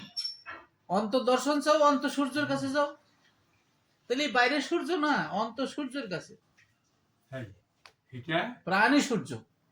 তাই সেখানে আমাদের মধ্যে দ্বাদশ আদিত্য, এই দ্বাদশ আদিত্য একদম কখন হবে? যখন শক্তি জাগ্রত হবে। তার কারণ আমাদেরটা তো, আমরা কি বলছে, হ্যাঁ, প্রকৃতি হইয়া করে প্রাণরূপ প্রকৃতির সঙ্গ, দিনে দিনে বাড়ে তার প্রেমের তরঙ্গ, এটা কি বলছে? এই শ্লোকটা নিয়েও ঝামেলা করে গেছি আমি। আপনি বলছেন, হ্যাঁ আমি তো ওটা মুখস্থ করে নিছি। হ্যাঁ প্রাণরূপ প্রকৃতি প্রাণরূপ প্রকৃতির করে সঙ্গ, দিনে দিনে বাড়ে তার প্রেমের। প্রকৃতি হইয়া হ্যাঁ, করে, প্রাণরূপ প্রকৃতির প্রকৃতি হইয়া করে প্রাণরূপ প্রকৃতির প্রকৃতি সঙ্গ। হইয়া প্রাণরূপ করে প্রকৃতির সঙ্গ। প্রাণরূপ প্রকৃতির, প্রাণটা হলো প্রকৃতি, হুম, যেটা চঞ্চল প্রাণ আছে তো, এটা প্রকৃতি।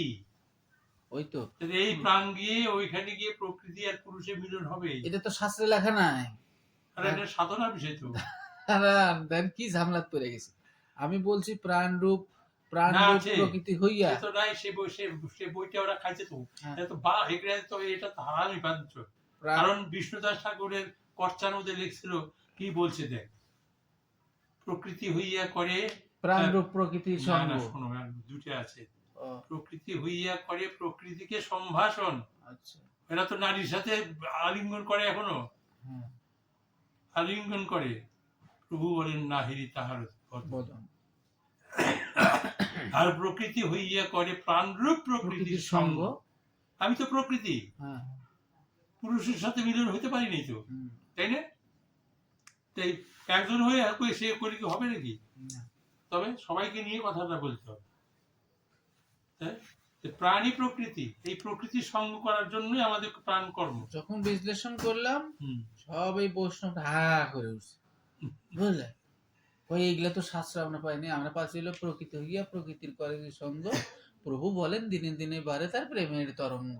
ওই শুনে শুনে ওগুলো লিখছে। বললাম যে সিগলি বাদ দেন, ওরা তো নকল, ওরা তো নকল লেখা, আসলটা আমার কাছে শুনে নেন। তো আপনি পাইলেন কোথায়? বলে তোমরা পাইছো কোথায় আর আমি পাইছি কোথায় ওটা জানো না। তুমি তো প্রাণের সন্ধানই জানো না, তোমার মধ্যে প্রাণ আছে তুমি জানো না, তুমি মনে করছো এটাই কৃষ্ণ গোবিন্দ ভগবান, ফটো বানায় রাখছে। ওটা তো প্রতিমূর্তি বাবা, ওটা তো প্রতিমূর্তি, ওটা তো গোপাল না, ওটা প্রতিমূর্তি। যদি গোপাল হয় আমি ডাক দিব, আমার কাছে আসুক তো দেখি। আর দেখেন আপনাকে ডাক দিব, আমাকে ডাক দেন, আপনার কাছে আমি চলে যাবো। ও তো প্রতিমূর্তি, ও কি বলে আসে? তা আপনারা যে শ্লোকগুলা আওড়াইতেছেন এগুলো আওড়ানি খালি কইতেছেন, আসল বস্তু না তো ওটা, শাস্ত্র লেখা নাই। শাস্ত্র কাকে বলে? বানাইছে দেহটাই শাস্ত্র না, দেহ শাস্ত্র নয়। হ্যাঁ, শাস্ত্র কাকে বলে? শাস্ত্রই তাকে বলে, শাস্ত্রই, শাস্ত্র। শাস্ত্রজ্ঞ। সেই ত্রয়ীটা, সেই তিনটাকে যে এক করে যার মিলন হতে পারে বা তার কর্মজা হবে, তিনি কেবল শাস্ত্রের অধিকারী হবে। তাই মুনি ঋষিদের যে শাস্ত্র, তারা শাস্ত্রই। আর এগুলোর গল্প কথা, বৈষ্ণব শাস্ত্র গল্প, ওটা বৈষ্ণব কিছু না। এই ছয় গোসাই আসিয়া ব্রজে করিল বাস, রাধা কৃষ্ণের নিত্য প্রেম লীলা করিল প্রকাশ। ওরাই এখন রাধা রাধা আর ওরাই কৃষ্ণ। হ্যাঁ, ওই জন্য আমার লেখা আছে যোগে, নলিঙ্গং ধর্ম করণ কারণ। লিঙ্গ কখনো ধর্মের কারণ হতে পারে না, ওরা তো তাই করে। বাস্তব এগুলা কথা, কারণ ওরা তো কি অনার্য। আমার হয়েছে কি বাবা, আমার নাই একটু শিক্ষা জ্ঞান। না না না না না, এই জন্য না না না না না না, তা না। শিক্ষার জানো, জন্য আমি জ্ঞান, একটু আমার ফেল খাই। জ্ঞান নাই কিছু। শোনো, আমার জ্ঞান নাই, জ্ঞান নাই, তুমি নেই, তুমি তার কাছে চাও, হে প্রভু তুমি শুধু, আমি কিছু না, চাই না, না, সে তো আমি দিছে। আমি শুধু আত্মজ্ঞান তোমার কাছে চাই। হ্যাঁ, তার কাছে চাও, সাধনা করে, পূর্ণভাবে, কিছু চেয়েও না। হ্যাঁ তো বলছে পূর্ণভাবে শত জাগে যখনই তপস্যা সম্পূর্ণ হয়, তখনই বুদ্ধিমান এই জগতে ঈশ্বরের নিকটেতে বলে না কিছু দিতে তাহারে, কেবল বিনয় করি কহে চরণ ধরি, আত্মজ্ঞান দাও হরি আমারে। পারো যদি আত্মজ্ঞান চাইতে, কিছু বাকি থাকে না তো পাইতে। সঠিক কথা বলছেন, কিন্তু এটা হলো সাক্ষরতা জ্ঞান, আর একটা আছে অক্ষরতা জ্ঞান। সাক্ষরতা জ্ঞানেরও প্রয়োজন, অক্ষরতা জ্ঞানেরও প্রয়োজন। সাক্ষরতা, না, পুঁথিগত জ্ঞান দিয়ে কিচ্ছু হয় না। ব্রহ্মজ্ঞানী প্রকৃতি জ্ঞান, পুঁথিগত জ্ঞানের কোনো প্রয়োজন নেই। ওটা তো সাক্ষরতা। হ্যাঁ। আর এটা হচ্ছে আপনি যে কথাগুলো বলতেছেন বা আমরা একটু বলার চেষ্টা করি, এটা হলো অক্ষরতা জ্ঞান। আমি কি সেই পড়াশোনা করে বলছি? হ্যাঁ, এটা আমি পড়তে বলছি হয় যে না এই জ্ঞানের। ব্রহ্ম জ্ঞানের উপরে কোনো জ্ঞান নেই, পুঁথিগত জ্ঞান একদিন আমার লেখা আছে, হ্যাঁ, লেখা আছে, লেখা আছে, হ্যাঁ, নাম নাম করে না ওরা, নামে মুক্ত, নামে মুক্ত, হ্যাঁ হ্যাঁ, নামে মুক্ত, কোন নাম? শ্বাস প্রশ্বাসের নাম, শ্বাস প্রশ্বাসের যে নাম চলছে সেই নামে সৃষ্টি। ওরা আমি সৃষ্টি করতে পারবে? ওরা আমি সৃষ্টি করতে পারবে নাকি? আমি বলতে চাই শ্বাসের যে নাম চলছে সেই সৃষ্টি করতে পারে, সেই মানুষ করতে পারে। শ্বাসে নাম চলছে, হ্যাঁ, অষ্টপ্রহর, ওটা অষ্টপ্রহর কি? অষ্টপ্রহর কি? হ্যাঁ, অষ্টপাশে, ওরা অষ্টপাশে বন্দী হয়ে যাচ্ছে, ওদের মধ্যে কিছু মুক্তি নাই। হ্যাঁ, অক্টোপাসে বন্দী হয়ে যাচ্ছে। হ্যাঁ, নাম করতে গেলে হাজার হাজার লোকের দরকার নেই, কাপড় চোপড় কিছু নেই, বউ রাগের কিচ্ছু প্রয়োজন নেই। আচ্ছা, নাম প্রাণে চলছে। আমি একটু বাহ্যিক নিয়ে একটা প্রশ্ন করব। করে দাও দিদি। সেটা হলো কি, এই যে ধরেন যে অনুষ্ঠানটা চলছে, এর মধ্যে কি কোনো পূর্ণতা নাই? হুম? এই যে অনুষ্ঠানটা চলছে, ধরেন 10 জন 15 জন 20 জন লোক আসলো, তারপরে এই যে আলোচনা, সেবা, শান্তি ইত্যাদি ইত্যাদি, এর মধ্যে কি কোনো ধর্ম নাই? না, হ্যাঁ, না, নাই। ওটা হলো আমিত্ব ধর্ম।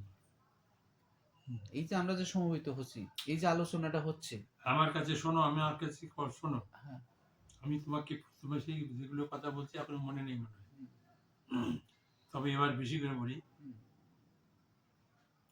স্বামীজি এসে দেখলেন, কি দেখলেন? তিনি এসে দেখলেন, বুঝলেন, তাই তিনি বললেন আমাদের জন্য, পৃথিবীতে যত কোটি লোক আছে তত কোটি লোকের মতবাদ আছে। এই মতবাদ ধর্ম দিয়ে সারা পৃথিবী চেয়ে গেছে। এই মতবাদ ধর্ম অ্যানালাইসিস, রিসার্চ, গবেষণা করে তিনি কি করলেন আমাদের জন্য? মানব ধর্ম প্রচারক সংঘ। মানবের মধ্যে যাহা চলিতেছে তাহাই ধর্ম। এখানে শিব বলছেন বর্তমানে সুবর্ততে, তোমার ভিতরে বর্তমান যা আছে তাই নিয়ে যুদ্ধ করো। আবার স্বামীজি আমাদের সেই মানব ধর্ম প্রচার করে আবার কি বললেন? পৃথিবীতে যত কোটি লোক থাক তত কোটি লোকের ধর্ম একটাই। কি ধর্ম? ধীমন ধরতি ইত্যার্থে ধর্ম। তাহলে তুমি বুঝবে এবার কি করতে হবে আমাদের? শ্বাসের কর্ম কিরকম ভাবে করতে হবে? আবার ভগবান গীতায় বলছে আমি কর্ম করিতেছি, এই কর্মই আমার ধর্ম। এই ধর্ম বিরুদ্ধে ভূতেষু কেবলই কামহস্মি। এই যে কর্ম করছেন তিনি, এই ধর্ম, এটার ধর্ম বিরুদ্ধে সব, এদের নিস্তার নেই। আমি লিখে দিতে পারি না, আমি ওই জন্য একটা তেলক কাটাই না তোলো। এবার তুমি বলো সেটা ধর্ম হচ্ছে কিনা, না, তারা কিছু হচ্ছে নাকি? বুঝি তো কিছু, কিন্তু ব্যাপার হচ্ছে আমি তাকে বলছি যে ধার্মিক হতে চান, আপনি ধার্মিক হতে চান? বলে হ্যাঁ। বলে তিলক, মালা, ঝোলা ইত্যাদি কাইতে ধার্মিক হওয়া যায় না। আপনাকে যে ধরিয়ে আছে, আপনাকে কে ধরিয়ে আছে? শ্বাস প্রশ্বাস। যে আপনাকে ধরিয়ে আছে তাহার ধর্ম যে করে তিনি হবে ধার্মিক নাকি বাবা? আমাকে যে ধরিয়ে আছে তাহার ধর্ম যে করে তিনি হবে ধার্মিক। এটা সহজ কথা, সেই হবে ধার্মিক। ভগবান নিজে বলছে, কত মুনি ঋষি সন্ন্যাসী যোগী ব্যক্তিরাই বলে গেছে এবং বলা চলছে এখনো, তারা প্রত্যেকটা মানে জায়গায় যে আলোচনা করতেছে, তারাই হবে ধার্মিক। যে তোমাকে ধরিয়ে আছে তাহার ধর্ম যে করে তারাই হবে ধার্মিক। অনাদির আদি গোবিন্দ সর্ব কারণ করণ কারণ। করণ কারণ। তাহলে ভগবান নিজেই বলছে আমি অনাদি, আমি প্রাণ, কিন্তু আমি এই দেহে নাই। তাহলে আগে কি করছে ভগবান? আদি নিষ্ঠি আসছে। হ্যাঁ, তাহলে কি আছে? ধে শূন্য মহল নিশম শূন্যেত বীর্যস্ব ভবেত প্রাণা। প্রাণ যখন, হ্যাঁ, প্রাণ যখন, তখন পূর্বে কি ছিল? হে শূন্য মহর নিশম শূন্যেত বীর্যস্ব শূন্যেত ধাতু ভবেত প্রাণা। তাহলে শূন্যেত বীর্য তৈরি হয়। তাহলে কোথা দিয়ে আসছে? যে পথে মূত্র সেই পথে আসছে। তাহলে কোথা দিয়ে আসছে? মেরুদণ্ডের ভিতর দিয়ে। মেরুদণ্ডে তখন ষটচক্র, উনি যখন বের হয়ে আসছেন, ব্রহ্মসত্যে বের হয়েছেন, ষটচক্র তখন উজ্জীবিত হয়ে যায়, তখনই আনন্দটা আসে। আবার ওই আমাদের ষটচক্র হয়ে যেতে হবে, আনন্দ করতে করতে আমরা কর্ষণ করতে করতে রময়তে রাম কর্ষণ আনন্দ কৃষ্ণ, কর্ষণ আনন্দ কৃষ্ণ, সেই কৃষ্ণ রূপ ধারণ করে আমরা চলব। না শ্মশানে জাতি তো কীর্তন কয়, হুম। কয় না? তো দেহের মধ্যে প্রাণী নাই শ্মশান। তাহলে তাহলে দেহের ভিতর মাতৃ গর্ভে আপনাকে ধারণ করলো মা, ওখানে কি গেল? ব্রহ্মশক্তি, পিতৃবীর্যে মাতৃ রজে, ওখানে আস্তে আস্তে আমি হতে থাকি কি দেহ। তাই দেহরা কি করলেন? এই ব্রাহ্মণ সমাজরা কি ভাব করলেন? পঞ্চামৃত দিলেন, কোন দিন জন্ম নিবে সেদিনও ওদের, এগুলো কি এতগুলো ব্রাহ্মণ ওরাই করবে? হ্যাঁ, কিন্তু এখন আর অত কিছু পায় না, ওদের কাছে জানিয়ে নিতে হবে কোন দিন সিঙ্গার করতে হবে, কোন দিন দিয়ে দিবে, সেই সিঙ্গারের সেই সন্তান জন্মিবে। হ্যাঁ, এখন, হ্যাঁ, এখন ওখানে আমাদের কি দেহ হতে থাকলো, ওখানে দেহ উৎপত্তি হলো। একদম সপ্তম মাসে আমাদের দেহ ক্লিয়ার হয়ে গেল। 7 কখন দেয় না? কখন দেয়? এই জন্য বলছে, 7 মাস। হ্যাঁ, মাতৃগর্ভে সপ্তম মাসে ভগবান গুরু বেশে প্রাণ দান করে জীবের গলায় পড়াইল শ্বাসের মালা। রেচক পুরো কুম্ভকেতে তুলসীরে, আর এরা দিয়ে দিল তুলসীর মালা। বুঝছো ভুল কত প্রকার হয়? হ্যাঁ, ওটার বালার কোনো বালা নিলে না নিলে বলে জল খাওয়া যাবে না।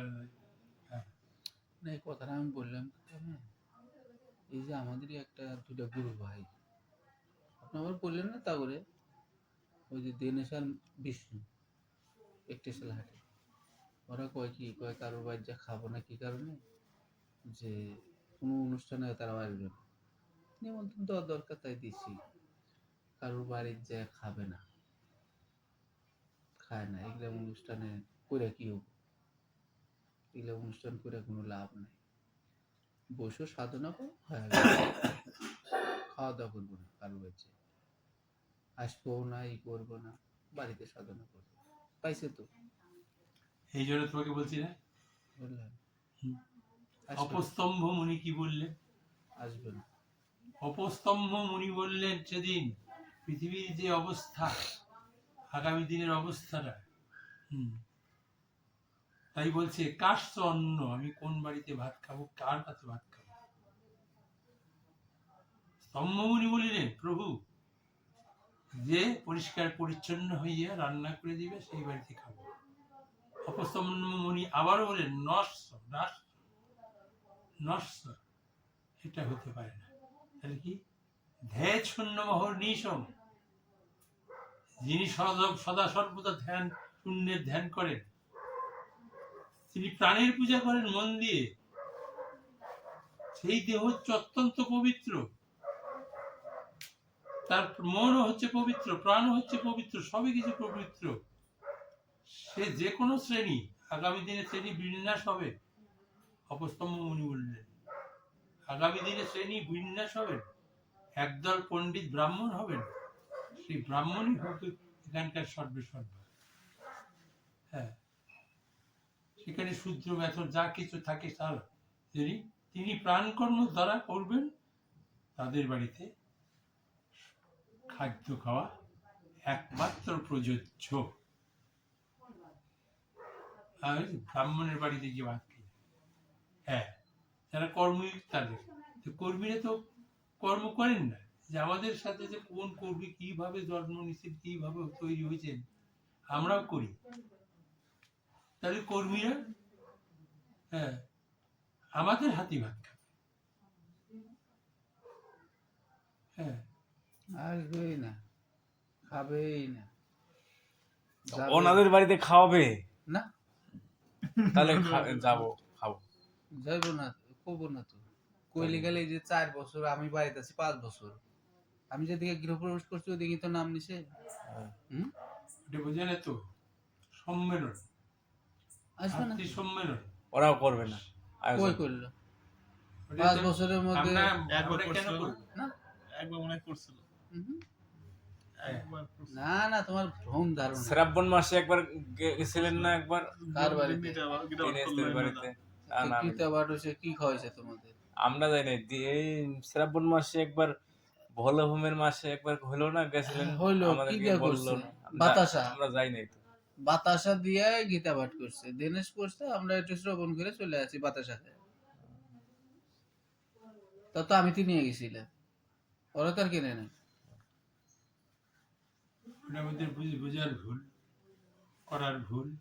কিপটা আছে মানে ভালো। সবাই বসবে, আলোচনা হবে, আলোচনাতে অনেক অনেক কর্মবৃদ্ধি হয়, অনেক সুন্দর হয়, আকর্ষিত বাড়ি, একসাথে অনেক কিছু জানা যায়। জানা আছে। না না, জেনে গেছে, গীতা পায়ে গেছে, যেমন গীতা পাইছে, তোমরাই জানো না, ওরা সব জানে। এই যে আমরা যে আসছে বসছি, পশ্চিম উত্থান যে প্রথম আসনটা, করিলে বাবা দেখাই পণ্ডিত দাও না। নহে, বিনা উপদেশে। হ্যাঁ, আত্মকর্মী যদি যথাস্থানে পৌঁছিতে পারে, হ্যাঁ, বই পুস্তক তখন বিলীন হয়ে যাবে তার কাছে, কিচ্ছু দরকার নেই। তিনি মুখ দিয়ে যা বলবেন সেটাই হবে শতচিত্র শাস্ত্র। বাবা এগুলা কথা বলা লাগে না এখন, আপনি সামনে গর্ব হয়ে আছে বাবা জীবনানন্দ কিভাবে করতেছে। আমাদের এই জায়গায় নেপালি বস্তি আছে একটা বিশাল, ওই নেপালি বস্তির মধ্যে 18 কাঠা জায়গা আছে, পুরো 18 কাঠা জায়গার মধ্যে আশ্রম করা আছে, যোগ শিখায়, যোগ, বুঝলেন? তো অবিরাম নাম না একটা লোক, আর হলো গুরুদেব, ওই যোগী, ওকে যোগ শিখায়। তো দেখেন আমার আবার সাথে অবিরামের সাথে একটু আলোচনা হয়েছে একদিন, হওয়ার পরে ওর কাছে যে শিখাইছে, যে গুরুদেব যা শিখাইছে আর আমার সাথে যে আলোচনা করছে, তার মধ্যে ফার ফার ডিফারেন্স বেড়ে গেছে। তো ওই গুরুদেবের কাছে আমাকে নিয়ে গেছে, গুরুদেব বসে আছে এইভাবে, দেখে এইভাবে ছবি উঠছে এই আসনটাতে, এটা কোনো আসন কিনা তা জানি না, এরকম করে ছবিটা উঠছে। তা আমি ঢোকার সামনে দেখি গেটের সামনে বিশাল বড় করে ওর ছবি এরকম, বুঝলা, এইরকমই ছবি। তো যাই হোক আমি করজোরে প্রণাম করে করলাম, জয় গুরু জয় গুরু, ওম শান্তি। উনিও বললো ওম শান্তি, বাবা আসো, আমার নাম ধরে ডাকতে, বাবা দিলীপ আসো, অভিরাম বান বলছে, বাবা দিলীপ আসো, বসো। বসলাম, কয় বাবা কেমন আছো, কি সমস্যা? আছি বাবা, কিন্তু একটা জিনিস খটকা লেগে গেছে এই জায়গা ঢুকতেই। তুই তখন কইতেছে কি হয়েছে, কি হয়েছে বাবা বলবো? কইলাম যে বাবা আমার একটা জিজ্ঞাসা, প্রশ্ন না, ওই যে আপনার যে ছবিটা দেখতেছে, আপনার চেহারার একটু মিল আছে, ওই কোন আসনে বসে আপনার ছবিটা উঠছেন, ওই আসনের নামটা কি? এই যে যে এরকম করে যে উঠছে, কইলাম যে ওই আসনটার নাম কি বাবা? ওই বাবা বলিস না, আমি এক জায়গায় এমনি বসে আছি, আর একটা ভক্ত ছবি তুলছে, আর ছবি তুলে এনে বানা দিয়ে খেয়ে গেছে। বুঝলাম না, যোগী আশ্রম মানে যোগ শিখান হারাবাড়িতে, এত বড় আপনার জমিতে আমিও গেছিলাম, অনেক শিষ্য যায়, সকালবেলা হাকিম পাড়া থেকে হায়দ্রাবাদ থেকে সব লোক ঢোকে ওখানে। আপনার এই যোগ আশ্রম টিকবে না, 2-3 মাসের মধ্যে বিলীন হয়ে যাবে, কারণ আছে আপনি নিজেই যোগ জানেন না, যোগ হ্যাঁ 7-3 মাসও লাগে নাই, শেষ, নাই গোল, সব শেষ, দুলার সাথে হয়ে গেছে। এর সাথে যোগের সাথে যারা ভণ্ডামি করছে তাদের কিচ্ছু থাকবে না বাবা, থাকবে কি? শেষ, সব শেষ, আর একজনও যায়। কেউ আইছে নাকি?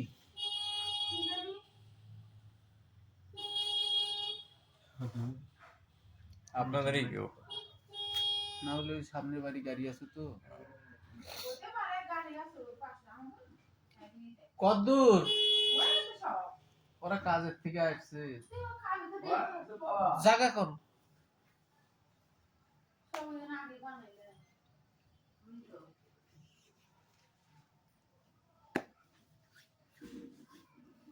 বাবা, ধ্রুব সত্য কথা বলছেন, কিন্তু আমি কিছু বুঝি না, আমি কিছু জানি না, কিন্তু যা দেখতেছি, কাউকে আমার জ্ঞান দেওয়ার মতো শক্তি নেই, তো যা দেখতেছি, যা বুঝতেছি। ওই দিনকে খবর দেখছেন, 3টা শক্তি এক, মহাশক্তি এক হয়ে গেছে, রাশিয়া, ভারত, চীন। আপনি এর আগে বলে আমাকে কতবার বলছেন। হয়ে গেছে তো, আমি জানি যে ওরা ওইটা লেখালেখি করছে, ওটা ইয়ে না যাচ্ছে না, না। এর আগে তো এগুলোর তো খবরই নেই তখন, আপনার সাথে যখন আমার আলোচনা হয়েছে কতবার এখন কি ফোন। সেটা কি আলোচনা হচ্ছে না? হ্যাঁ, না হয়ে গেছে, ফাইনাল হয়ে গেছে। ফাইনাল হয়ে গেছে। হ্যাঁ, এখন কত দিন আগে বলছে আমাকে। এটা সম্ভবই না। চীন আর ভারত কোনোদিনও মিলবে না। মাথা খারাপ। হ্যাঁ। এশিয়া মহাদেশে থাকতে হবে না দেশ চীনকে? রক্ষা করতে। এশিয়া মহাদেশে থাকতে হবে না চীনকে? হ্যাঁ, ও স্বয়ং সম্পন্ন। স্বয়ং না, না। সম্পূর্ণ হবে কি হ্যাঁ। করে? চলে যাবে ভাই, চলে যাবে। এশিয়া মহাদেশে যদি রাশিয়া ভারত এক হয়ে যায়, আর ছোট ছোট দেশগুলো এক হয়ে গেলে চীন নিয়ে উড়ে যাবে। চলে যাবে তো। ভারত বিদেশ থেকে অস্ত্র শস্ত্র কিনে, ও কারোর কাছ থেকে কিনে না, ও নিজেই স্বয়ং সম্পন্ন। ওটা নিয়ে ভাবা হচ্ছে না। ভারত অস্ত্র শস্ত্র কোথায় কেনে? আমেরিকা, রাশিয়া, হ্যাঁ, ও কি কিনছে? কি কিনছে? ইসরায়েল, ওরা জোর কিনতে পারে এক একটা। অনেক ওরা কিনছে, ভারত হচ্ছে নকল লিস্ট। অনেক জিনিস কিনে। ওটা যেটা বিদেশ থেকে আসবে, ওটা আগেই ওরা ফর্মুলা করে বা আমি ওটা বলছি না। এশিয়া না, মহাদেশ। নকল বানানোর তো ইসে নাই, নিয়ম বাবা, নাই, অধিকার নাই। বাবা, কপিরাইট করার তো নিয়ম নাই তো। কি কপিরাইট করার নিয়ম নাই। কি কি নিয়ম নেই? এই অস্ত্র শস্ত্র ধরেন, আমার যে ব্র্যান্ডেড কোম্পানিটা, এইরকম আপনি বানাতে পারবেন না, আপনাকে অন্য রকমের বানাতে লাগবে। অন্য রকমই তো বানাবে। ওর থেকে উন্নত মানে বানাবে। ও আর কি, তার চেয়ে 3 গুণ বানাবে। সময়ের কথা বলা যায়, কখন কি সময় হয়। মিসাইলের জন্য সারা পৃথিবীতে ভারত কিন্তু একসময় চ্যালেঞ্জ করছে মিসাইল। এই সব সময় প্রত্যেক বছরই অন্য দেশ থেকে কিনে, ওরা কোনোদিনও কিনে না, ওরা নিজেই স্বয়ং সম্পূর্ণ। শোনো, ইউরোপ মহাদেশটা হচ্ছে বিশেষ জ্ঞানের প্রভাব, ওয়েদার ক্লাইমেট। ওয়েদার ক্লাইমেট ওরা প্রায় সবাই বৈজ্ঞানিক। চীন তত বৈজ্ঞানিক নয়, কিন্তু ওদের ব্যবসা এই ছোট ছোট জিনিসগুলো বানায় ওরা বিক্রি করে। ওটাই তো, ভারত একটা ধূপকাঠি পর্যন্ত চীন থেকে আসে, এই যে প্লাস্টিকের জিনিসটা, ওইটাও চীন থেকে আসে। ইন্ডিয়া অনেক কিছু বানাতে পারে না এখনো, মোবাইলই বানাতে পারে না এখনো। পারে না কোনটা বলতে, কোনোটাই ভারত পারবে না এরকম কথা না। মোবাইলই তো বানাতে পারে না, হ্যাঁ, মোবাইল বানাতে পারে না, এগুলো কি বানাবে? মোবাইল বানাতে পারে না, এটা তো বিশ্বাস করলাম না, কি মোবাইল ভারতের বলেন তো, একটা নাম শুনি। কি বা মোবাইল ভারতের নেই? কোনো মোবাইলই ভারতের না। কি বল? স্যামসাং জাপান, নোকিয়া নোকিয়া হচ্ছে কোরিয়া, সব বাইরের।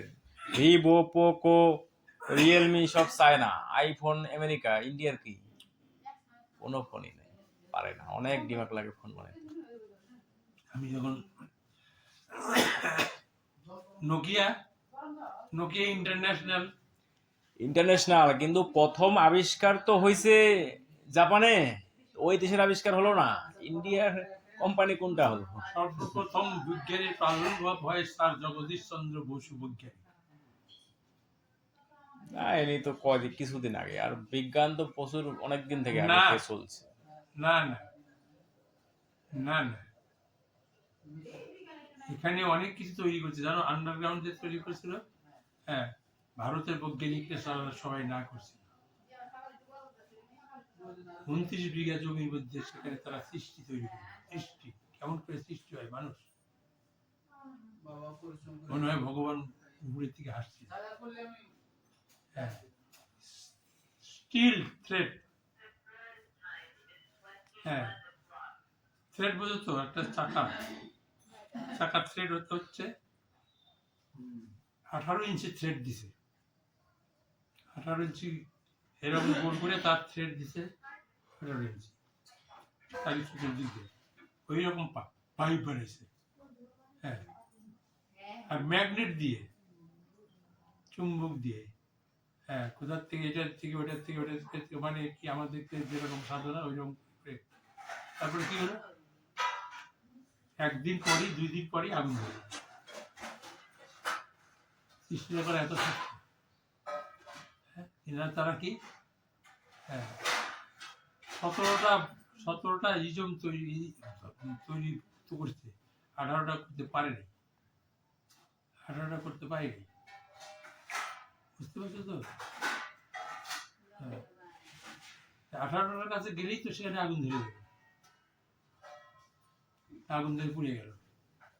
কত কোটি টাকা, কত কোটি 38 লক্ষ কোটি টাকা দিয়ে একটা টাকা নেই। এই যে G20 সম্মেলন হলো না ভারতে, এবার কই আসলো? শি জিনপিং তো আসলো না, ও কোনোদিনও ভারতকে ওরা সাপোর্ট করে না।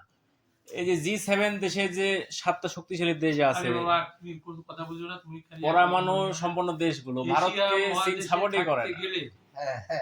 এশিয়া মহাদেশে থাকতে গেলে এশিয়ার সঙ্গ ধরতে হবে। এই জন্য সে প্রবাদে বলছে, আমাদের ভারতবাসী, ভারতীয় সমস্ত ভগবান তুল্য যারা যারা মানে সম্মুখ দেখতে পারে। আমি সেই জায়গায় আলোচনা করবে চাইতেছি। চীন বাবা করে এসে টাইপে মাথা নোয়ারাইছে, মাথা নোয়াবেই তো। চীনকে ভারতে যা জানে তা চীনে জানে না। সবাই কি সময় এক থাকে সবসময়? এশিয়া মহাদেশ রক্ষা করতে গেলে ভারত চীন রাশিয়া কে হামলা করবে যে ওর সমস্যা হচ্ছে এখানে? হামলা করবে ইউরোপ মহাদেশ থেকে হামলা করে নিয়ে চীনের সাথে পারবে? চীনের 4,500 5,000 পরমাণু তৈরি করা আছে।